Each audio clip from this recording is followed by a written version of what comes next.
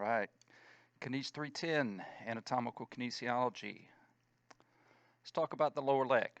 Okay, specifically, we're going to go into detail about this joint today. Let me get the one that's a little bit more sturdy. Today's lecture is going to be all about the ankle and subtalar joints. I'm going to define them. I'm going to explain the difference between them, but it's all about this today. Okay, we're going to go into detail about the bones, the articulations, the joints, the movement capabilities.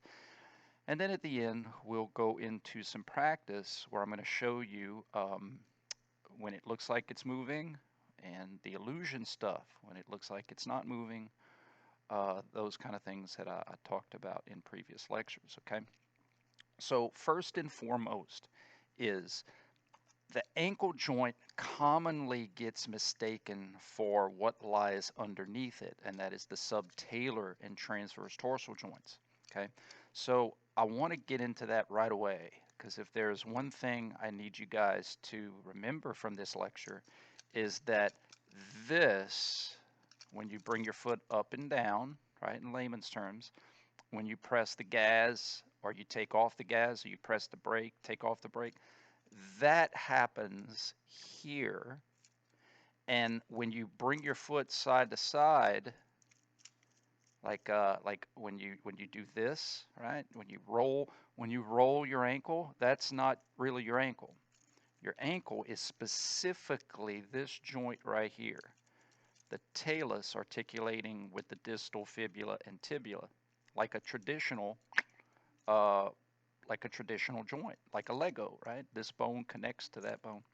What happens when you roll your ankle is a gliding orthotial mechanism of all your tarsal bones underneath the talus. That's why they call it subtalar, underneath. So this motion, right, when you, let's see if I could get my foot up in the air. This motion and this motion are two different things. So that's important. And one of the reasons why it gets confusing is because those two joints live in the same apartment complex. So they live in the same area. So it's easy to get those two confused. So that's important to know that ankle motion and subtalar motion are two different things. Okay. Now, when you say, well, what do you mean it lives in the same apartment complex, Dr. Campbell? Well, that's because every joint in the body, in terms of diarthritic joints, significant movable joints, we have mechanisms in place to limit the friction between those moving parts. No different than when you put oil in your car, right? You put oil in your car to reduce friction on movable parts so that they can last longer. The body's no different. When you have movable parts, we have to lubricate those parts so that we can reduce friction between the bones. That's why someone who has arthritis, bone on bone, they have decreased lubrication and decreased called hyaline cartilage, which is, there's no nerves on the hyaline. It's a very smooth, slick surface so that bones can move about bones with minimal friction. So the lubrication for our ankle and subtalar joints is this big water balloon type capsule that engulfs the joint, in this case, joints. And so that's what I mean when they live in the same apartment complex. They have the same water balloon that is providing lubrication to reduce friction there, okay? But very important to know that the real ankle joint, so when people say high ankle sprain, there's nothing high about it. That's ankle joint. That's an ankle sprain, okay? And it's not that they just don't know, and we're here to know, to teach, so that you guys understand. Let me see if I can put this guy over my shoulder. Put your femur on my shoulder. Here's the ankle. Let's take a look at what the ankle entails. This tarsal bone right here is called the talus. And the talus is what they call a convex surface. The reason I remember convex surface is with the V. The V is kind of like an arrow, and the arrow fits in the, something. When you're shooting an arrow at a target, the arrow punctures the target. So a convex surface fits into a concave surface. A concave, you think about a sea or a cave, and animals live in the cave, they go into the cave. So the concave surface formed by the tibia, that's this big bone right here, and the fibula creates a cave that the convex surface of the talus fits in and lives in, okay? Now, some people will say that the tibia is weight bearing and the fibula is non-weight bearing. No, the fibula does bear about 10-15% of your body weight. So that's why you can have stress fractures and issues with the fibula. So the tibia is most weight bearing. That's okay to say, but it's not like the fibula doesn't support your body weight at all. Okay, so the articulation of the ankle joint, the true ankle joint, is three main bones: tibia, fibula, talus, okay? And it forms this. Think about it, guys. Ooh, I'm all shook up. Think about if your talus, let's go in deep, okay? I'm gonna chat you up. If your talus were allowed to move side to side, look at what would happen. That would be a bad day. If your talus were allowed to move like traditional ankle joint motions, and then it were allowed to go side to side, that wouldn't be good. So the side to side stuff is all of these tarsal bones. They call them transverse tarsal bones, because look how across that goes, like a transverse slice, okay? So the transverse tarsal joints. Subtalar is where, well, what's underneath the talus, this bone, the calcaneus. And the way this is shaped is kind of like a saddle joint. It's a little bit, not exactly like, but it's like a half a saddle, where the talus, look at that. Look how that calcaneus kind of fits in there with the talus. And it's allowed to glide kind of a little bit of motion, right? Little bit. So when you sum total a bunch of little bits, you get significant motion. So a little bit because of the calcaneus about the talus, and then a little bit because of the cuboid about the calcaneus, and then a little bit about the navicular, and a little bit about the cuneiforms. And so you get all these little bits, and then you have some significant motion, okay, of the subtalar and transverse tarsal joints. So two different joints. The ankle is classified as a hinge. It's a hinge joint. How do I know it's a hinge? Well, here's my bilateral axis. You touch your ankle bones, that's your ankle joint. Bilateral axis. Look, even they have a little pin here that represents a bilateral axis. And rotation in the ankle joint sagittal plane. Sagittal plane rotation about the ankle's bilateral axis, okay? The specific name of the fancy name for the ankle is the talocrural joint. So if it's a hinge and it rotates in the sagittal plane, does it follow the same rules as all the other joints that move in the sagittal plane that are hinged, or that move in the sagittal plane that travel the fetal to out of fetal road? And the answer is yes. But there's two different ways of getting you into fetal. That's what makes it different. So what I mean by that is the ankle joint can get you into fetal with your feet on the ground, like if you're weight bearing, or your feet off of the ground if you're non-weight bearing. There's two different ways you can get into a ball depending on where you are. So what I mean by that is you think about someone doing like a traditional squat, and if they were going to get into a ball, like if they were going to duck down and get into a ball, their fetal position would include this change in position. Because if you think about it, if you're going to squat down, you're going to have this type of flexion if your feet are on the ground.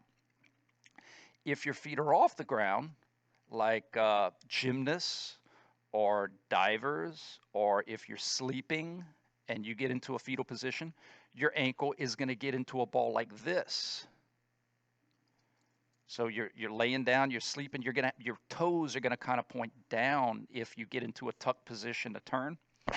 So there are two different types of fetal position, feet on the ground and feet off the ground. And that's why for the ankle joint, we have two different types of motion. We have plantar flexion and we have dorsiflexion. Okay, so one way I look at it is plantar warts are on the ventral surface, on the palm of your foot, right? So your toenails and your fingernails have something in common. Both of them are on the dorsal surface. Okay, that's one way to remember it. It is a little tricky because in anatomical position, your palms face forward and obviously your nails face back. The feet are different because of the surface area. We need to keep our balance, right? We need to keep our center of mass over our base of support. So our feet are repositioned where the palm of our feet are facing down. Palm of our hands face forward, palm of our feet face down. But they're similar, okay? So for our ankles, we have the plantar surface, like where a plantar wart would be, and then we have the dorsum of the foot, the top part. So you think about a dorsal fin on a dolphin or a shark, the dorsum, the top part, okay? So plantar flexion is going to traditionally, if you look at it as it looks like it's moving and it is, plantar flexion is going to be following, it's going to be rotation of the ankle joint following the plantar surface of the foot. Dorsiflexion, dorsum flexion, is going to be the dorsal surface of the foot. So it looks like it's moving and it is.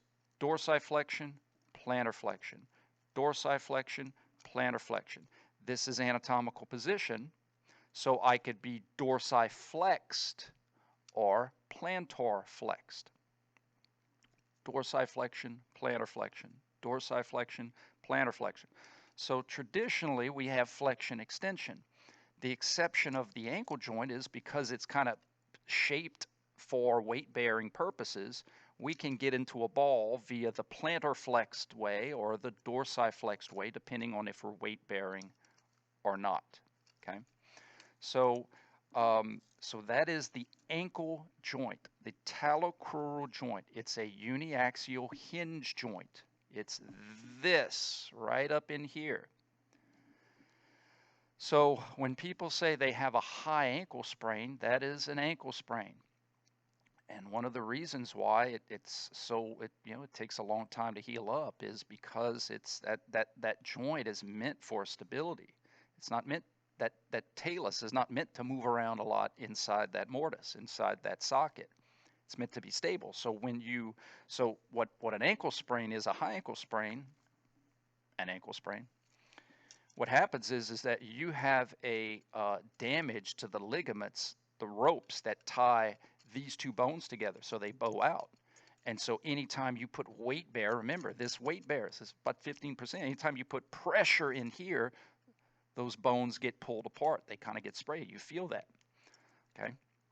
So that's why it takes a long time to heal, because every step you take, you're going to be kind of not re-damaging, but re-stressing that articulation, okay? What lies under the ankle? So ankle joint, uniaxial hinge, plantar flexion, dorsiflexion. We're going to get into specific examples later. What lies underneath? Submarine is a vehicle that goes underneath the water. Subtalar is a bone that lies underneath the talus. And what is the subtalar bone? The calcaneus, your heel bone. So the heel bone, the way it's shaped, see, again, like it's like a modified saddle. The way it's shaped is it allows a little bit of glide. In athletic training, we used to do calcaneal glides on our cross-country athletes. So this allows some side-to-side sway because of kind of that modified saddle articulation. But it doesn't allow enough for you to be able to take your foot and do this with it, right? You need more help. You need more motion. And so these other bones in here, right? You have your navicular right here, your cuboid, your cuneiforms, all those transverse tarsal bones can also glide about each other. You know, if you think about it, your foot can't be one solid bone. With all the walking and stresses you take, it would fracture. That's what these are. That's kind of the fault lines where you would kind of normally, you know, you take a graham cracker and you snap it and it breaks in a bunch of little pieces, comminuted pieces. That's what these are.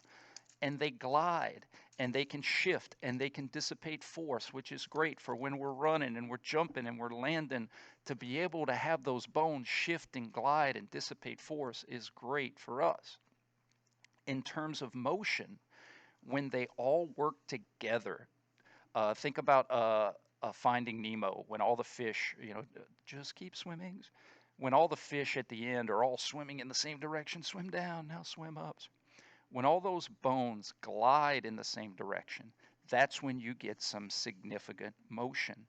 You get some orthotial, sum total motion. And that's what we refer to as inversion and eversion. And the reason we have it, the reason we have inversion and eversion, I'm going to get into kind of how to remember it and the difference, but this is the key point. Why do we have it? The reason we have it is because we need to be able to efficiently keep the flat surface of our foot interlocked with the ground, so that we can compress those two surfaces together to interlock those two imperfect surfaces so that we can create friction. It's friction that moves us side to side. If anybody's ever played on a basketball court that has a lot of dirt and dust on it, you know how important friction is. You know, you don't know what you have until it's gone. You slipping and sliding, you got to dust the court off, or you do the old school thing, you wipe your shoes and get that dust, and because the dust fills in the imperfect surfaces. So now all of a sudden you don't have imperfect interlocking with imperfect. When the dust and all the chut, as we call it, fills in, well, now you have more smooth surfaces and you have a lot of slipping around.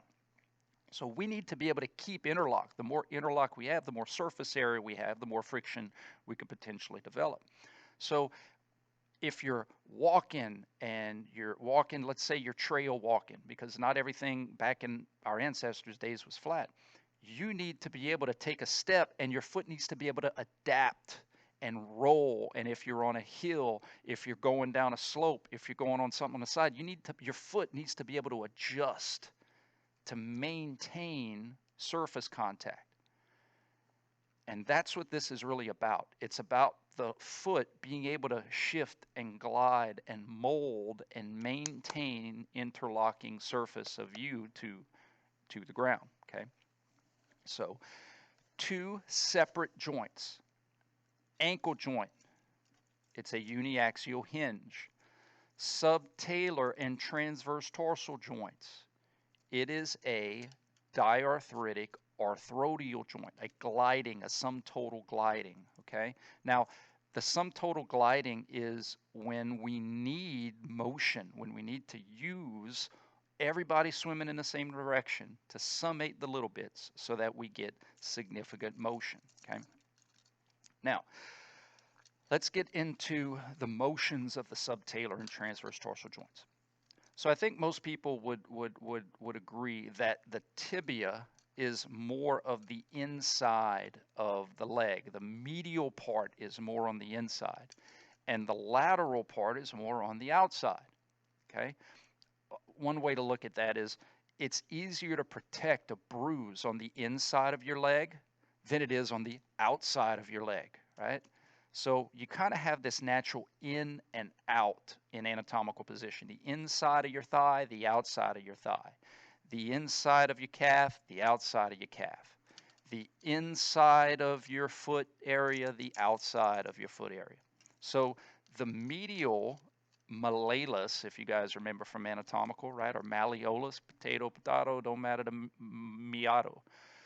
This part right here is on the inside of the foot, the medial malleus. Now, Remember, malleolus and malleolus and tubercles and tuberosities, those are just little bony nubs where muscles can yank, or based on structure to create a concave surface, right, so that you can have a better articulation of these joints. So this is still part of the tibia. It's just an area of the tibia. Acadiana is still part of Louisiana, but it's an area of Louisiana, okay? So you have your inside and you have your outside. So when we summate the motion of the subtalar joints, nothing but the most expensive props, I tell you. When we summate motion of the foot and we summate that motion in towards the inside of the lower leg, that's called inversion. And when we summate motion towards the outside of the lower leg, that's called eversion. Inversion towards the inside, eversion towards the outside. So to give you a practical example here, inversion, eversion, inversion, eversion, inversion, eversion, okay? All right. So you have ankle joint, talocrural uniaxial hinge. It's a diarthrodial hinge joint. Diarthrodial is the main class. Hinge is the subclass. Then you have your subtalar and transverse tarsal joints. That is not the ankle. Lives in the same apartment complex, but it's not the ankle. That is a diarthrodial, when we talk about summing motion, right? Not canceling out, not dissipating force, the sum total of all the little bits for significant motion. So when people have, like, they roll their ankle, that's usually a subtalar joint injury, okay? The sum total of the little bits, it's a diarthrodial, subclass arthrodial. The sum total of all those little bits to get significant motion, okay? So now let's get into what they look like, okay? What they look like. Let me get this up, and I'm going to get my chalkboard out. All right. Live TV, guys. So what I'm going to do is I'm going to try my best to come back and forth and demonstrate ankle plantar flexion, dorsiflexion when it looks like it's moving, and it is. And then I'm going to do inversion and eversion. It looks like it's moving, and it is, okay? So the first one you're going to watch is plantar flexion, dorsiflexion. It looks like it's moving, and it is.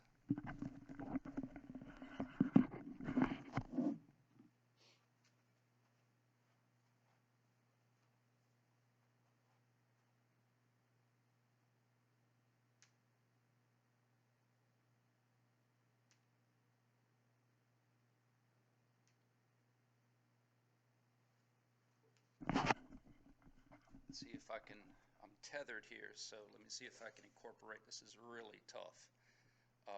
Much rather do this in person. Plantar flexion, dorsiflexion. Plantar flexion, dorsiflexion. Plantar flexion, dorsiflexion. Okay.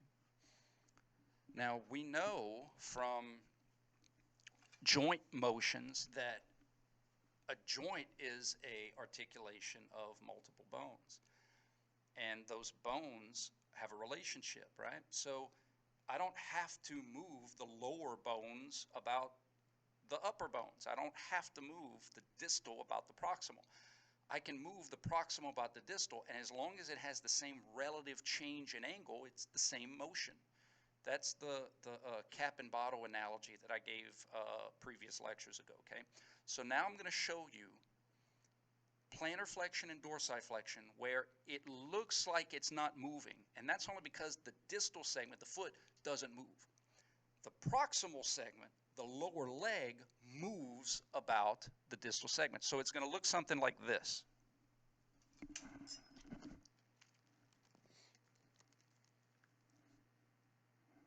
Dorsi, plantar, dorsi, plantar. Because dorsi, plantar, there and there, is the same as dorsi, plantar, here and here.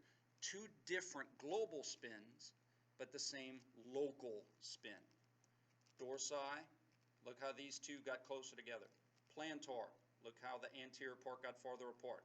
Dorsi, look how the anterior got closer together. Plantar, look how the anterior got further apart. Okay? So this is dorsi and plantar flexion, where it looks like it's not moving, but it is.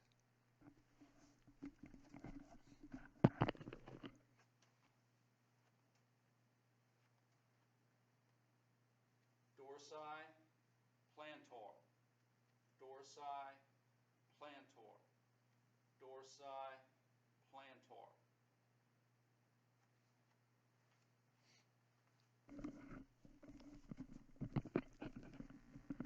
Okay. Now, what would be an example of it looks like it's moving, but it's not? It's kind of hard to do for the ankle joint, but I think we can do an analogy. You're going to see some other joints are a lot easier to play with this illusion.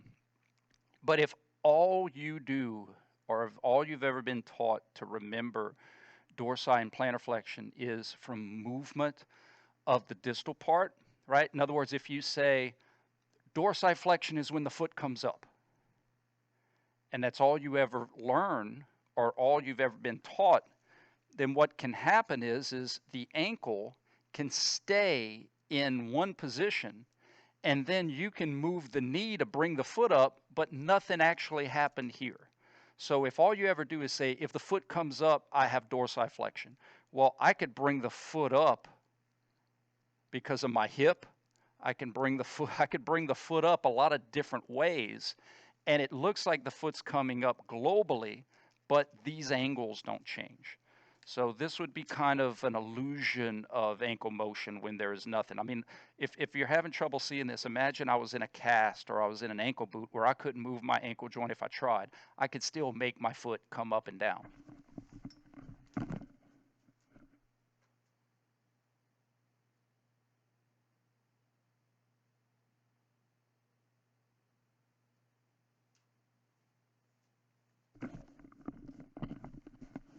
Okay, so watch for the illusions.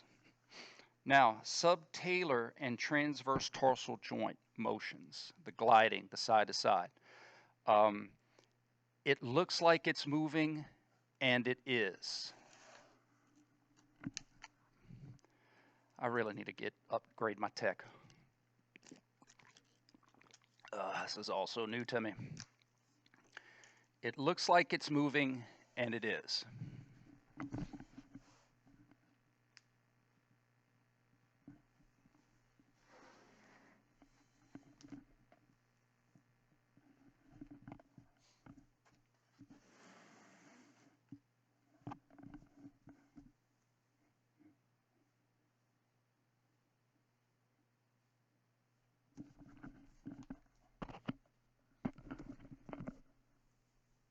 Inversion, eversion, inversion, eversion, inversion, eversion.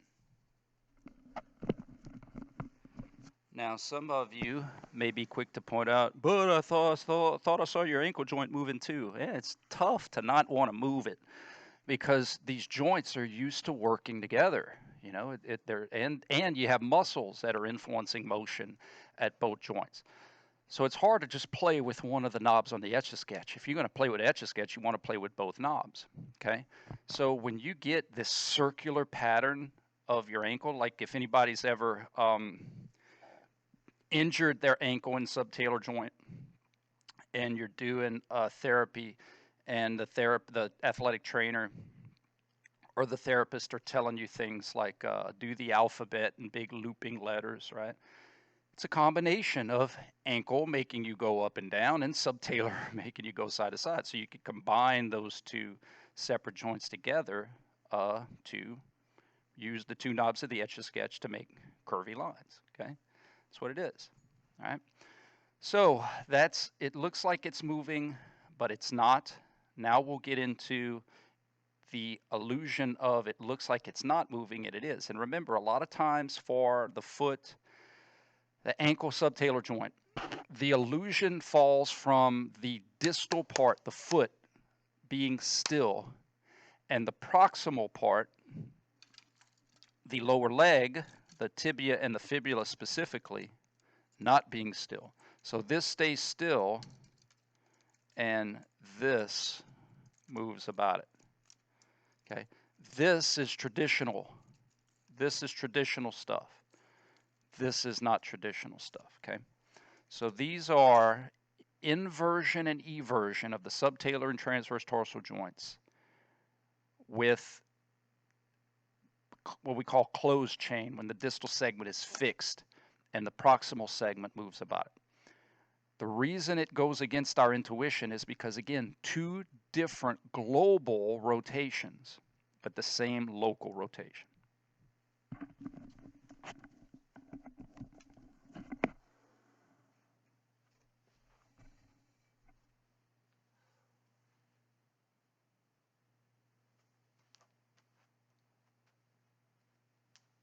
Inversion,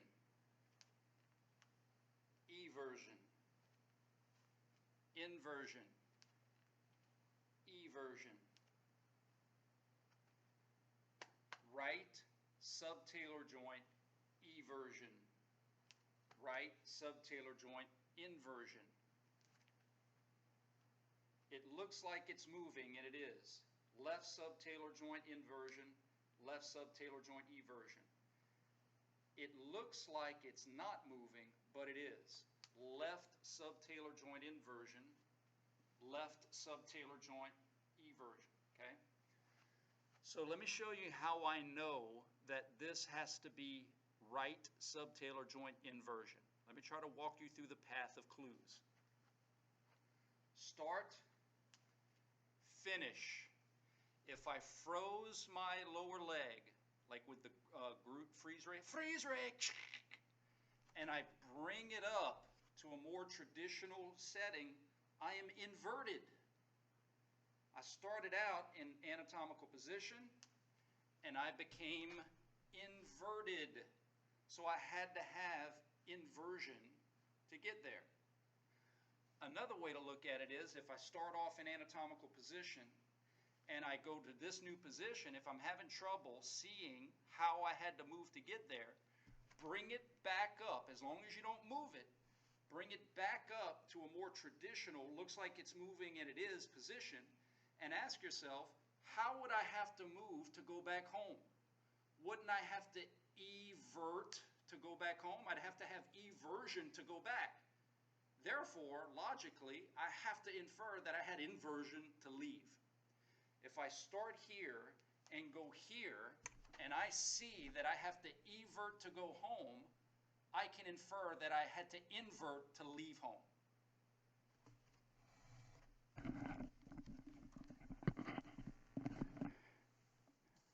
See how that works? Okay. So, again, subtalar transverse tarsal joints, or I may call them subtalar for short, moving forward, just because subtalar and transverse tarsal joints are a lot of syllables. But the main thing to understand that most ankle sprains are the subtalar and transverse tarsal joints, okay? And yeah. I want to introduce you to the concept of stick figures. Stick figures are a great means of practice. And they're really easy. They're super easy.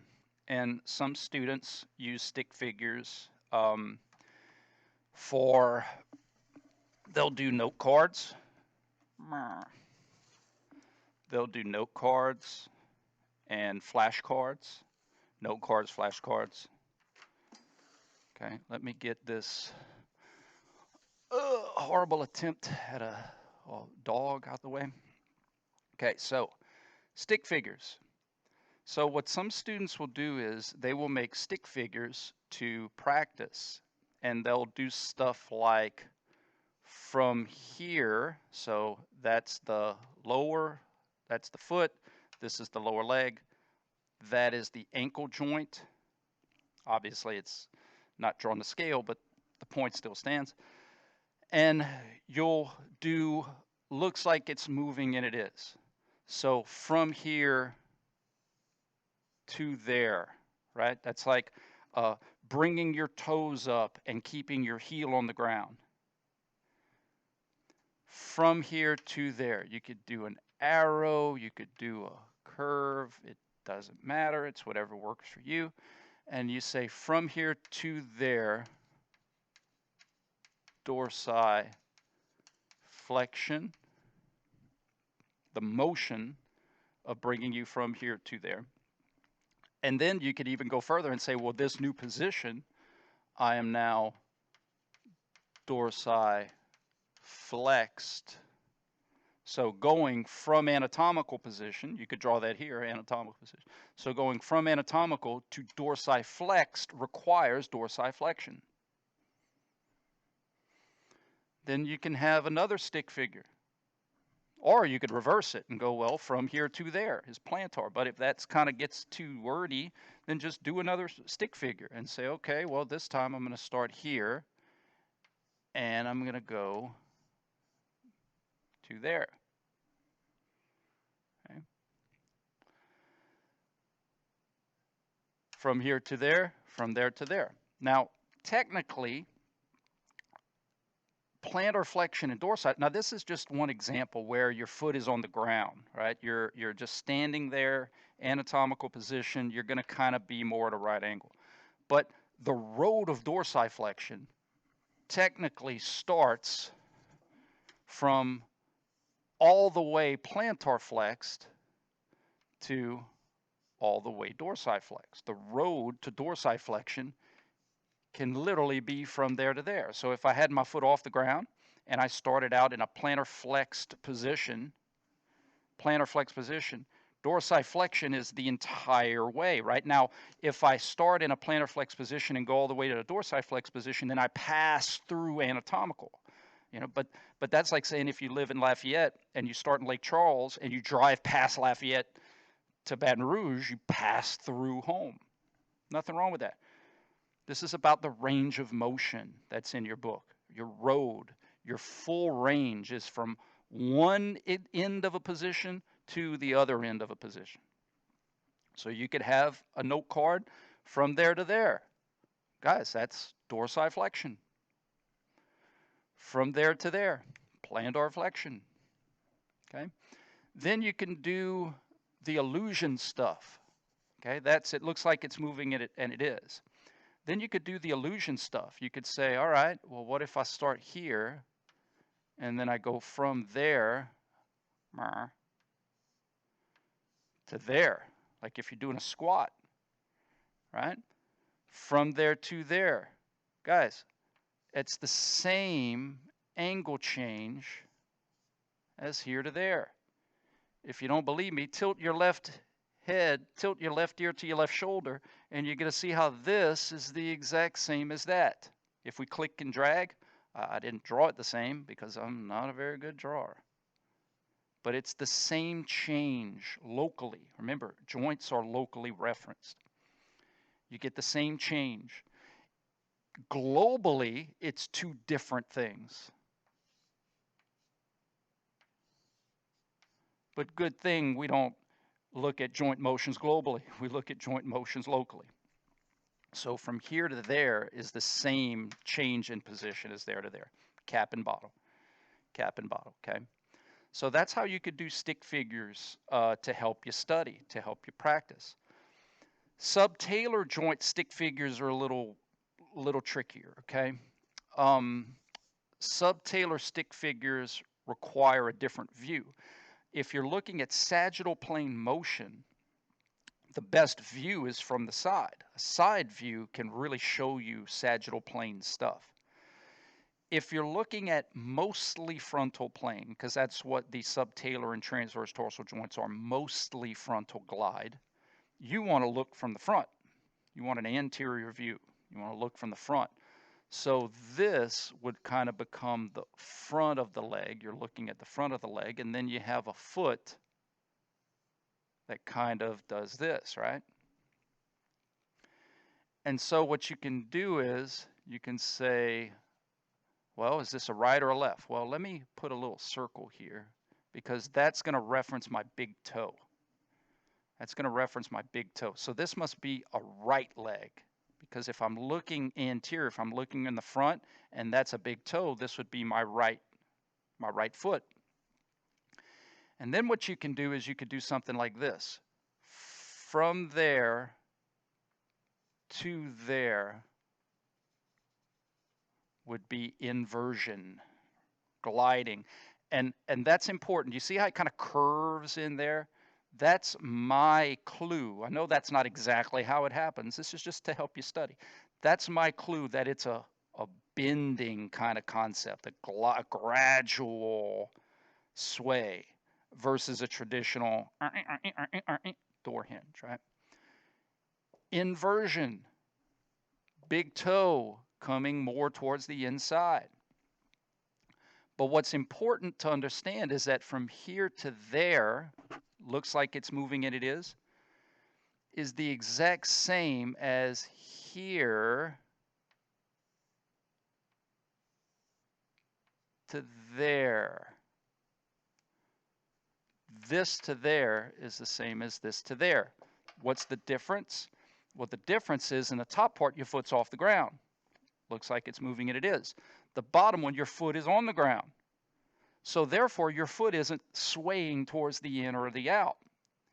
Two different global spins, but the same local spin. Okay? Inversion, inversion. Eversion, eversion. Cool? So, another important thing before we wrap up today is your support materials are nothing more than that, support. They are not meant to be able to learn on your own. They complement these lectures. So that way you can listen and you don't have to write so much. What I would do is I would still print out your support materials or have your support materials if you got it from the bookstore. And as you're listening to these lectures, you're writing down notes. You're pausing the video, writing down points, taking colored pencils and highlighting, okay, that's an ankle, okay, that's a subtalar. Printing out, maybe you need some review for your bones, printing out some bone anatomy things and stapling it to parts in your support materials that you need to reference, okay? So your support materials are just that. They're supposed to support the main course, and that's our video lectures, okay? So stick figures can help out a lot. Practice, practice, practice. This is almost kind of like a new language. We're speaking the language of human motion. And the best way to learn a new language is to speak it, is to practice it, okay? So that's where anytime you're awake, you can practice these concepts. When you're walking, you're practicing, okay, my heel strikes, my foot, I go from heel strike to foot flat. I had plantar flexion. And then as my body, it's called a reverse pendulum, as my body rotates about my foot, I'm going to have dorsiflexion. And then when I push off of the ground to toe off, I'm going to have plantar flexion. You're driving in your vehicle. You step on the gas, plantar flexion. I take my foot off the gas, dorsiflexion. You're doing a squat. As I go down, dorsiflexion. As I come back up, plantar flexion. You're doing a lunge. I take my foot off the ground. Maybe I plantar flex. Maybe I don't. Maybe I stay in anatomical position. Maybe I say to myself, oh, I could see how maybe I would think it's dorsiflexion because my foot came up, but I purposefully didn't move my ankle. It's just practice. And that's actually one of the cool things about human movement is that if you're awake, you can practice because majority of the time that you are awake, you are moving. You're doing things. You know, you're cooking in the kitchen. You can practice. You're doing activities of daily living. You can practice. You're walking to class. You can practice. You're exercising. Great. You can practice. Practice, practice, practice. And then I'm here for clarification. Dr. Campbell, I was doing this exercise and I wasn't quite sure if I was inverting or everting. What do you think? Okay. So, hope everybody's well. If you want to read ahead, next lecture is going to be on the knee, the knee joint. Okay. All right, guys, be well.